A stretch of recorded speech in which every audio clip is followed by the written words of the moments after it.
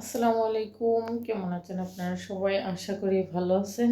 আপনাদের দোয়া এবং ভালোবাসা আমরাও ভালো আছি। তো প্রত্যেক দিনের মতন আরেকটা ব্লগ ভিডিও নিয়ে আসছি। তো আজকে এসে রান্নাঘর থেকে শুরু করছি মনে করেন। তো গতকালকে আমার ছেলে আমার যার বাসায় গেছিল, মেজো যার বাসায় যাওয়ার সময় মনে করেন আসার সময় আমার বাবার বাড়ির দিক দিয়ে ওই আসছে। আর মেজো জালও কি দিয়ে দিছে আপনাদের সাথে শেয়ার করি। আমার মা দেখেন আমাদের জমিতে শসা করছে, এই শসাগুলো দিয়ে দিছে। এই যে এই আমাদের জমিতে করছে, তো বাবা নাই আর করে না, ইয়াদের রাখছে। এই করার পরে দিয়ে দিছে, বড় জারে দিছি কতগুলা আর নিজে রাখছি। তো মা থাকা আছে দিকেই দিছে। আর মেজু জালে দেখেন ওইখানে সব করে ভাইয়ের জায়গা। তো এই যে এই ডাটা করছে, এখন একটু ডাটা রান্না করছি, হ্যাঁ। আর শাক রান্না করছি অল্প, আর এটি কালকে রান্না করবো সিম দিয়ে, ইয়া দিয়ে, আলু দিয়ে শাক। এই শাকটা ভালো লাগে। তো ভাবির এই জায়গায় সব কিছু পাওয়া যায়।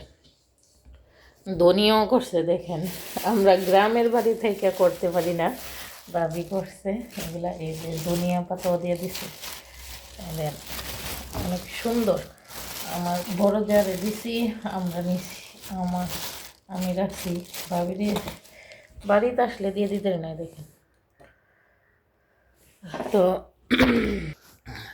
এগুলা দিয়ে দিছে, মা দিয়ে দিছে শসা, আর ভাবি দিয়ে দিছে এনে ডাঁটা শাক, ক্ষুদিরা শাক। এটারে কিন্তু ক্ষুদিরা শাক বলে আমাদের এই দিকটা, আপনাদের এই দিকটা কি শাক বলে বললেন? এই ক্ষুদিরা শাক, এই শাকটা খাইতে কিন্তু ভর্তা শাক আর ক্ষুদিরা শাক খাইতে অনেক টেস্ট। মানে আপনি যদি শাক রান্না করেন অনেক ভাল লাগে। তারপরে তত্তরা, এখন তো তত্তরা দেখা যায় না, তত্তরার সাথে যদি একটু মূলা দেওয়া যায় তাহলে অনেক টেস্ট লাগে। আমার কাছে ভাল লাগে, কার কাছে কীরকম লাগে অবশ্যই কমেন্ট করে জানাবেন। তো আমার রান্না কিন্তু শেষ, এখন শুধু দুধ ঝাল দেব। এই যে দুধের কৌটা এখানে ভিজাই রাখছি, হয়ে গেছে। তো দুধ জাল দেব। আর আজকে কি কি রান্না করলাম দেখাই।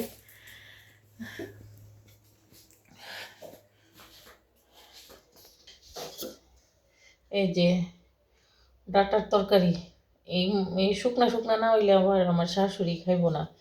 মাছের ভর্তা ছেলের জন্য করছি অল্প একটু, মানে সবাই খেতে পারবো। আর অল্প শাক রান্না করছি জাল করে খাওয়ার জন্য, আর দুধ আছে পাশে।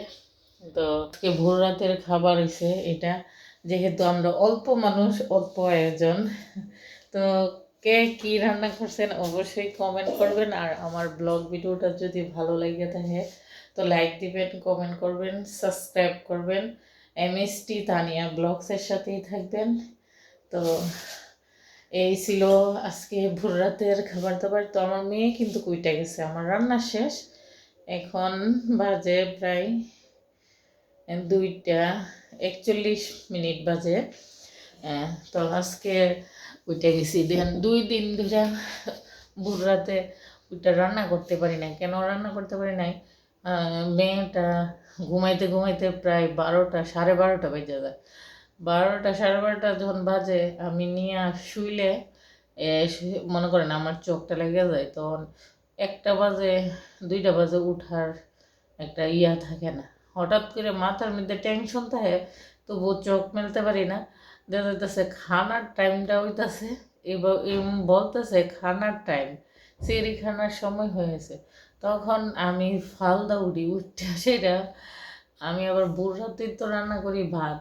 তো ভাত রান্না অল্প করে, যেহেতু আমার ছেলে 2 দিন বাড়িতে ছিল না, তো 1.5 পট চালের ভাত রান্না করছি, আমাদের জাস্ট হয়ে গেছে। তো অল্প ভাত আর একটা মাছ ভাজু দিছি দিয়ে ভোর রাতে খাবার করছি, আবার দই পাচ্ছিলাম, 2 দিন দই খাইছে কাকি। তো আজকে দই নাই, তার জন্য আর অত ইয়া না। তো এই পর্যন্তই, ভালো থাকবেন। আমার মেয়ে উঠে গেছে, তো আল্লাহ হাফেজ।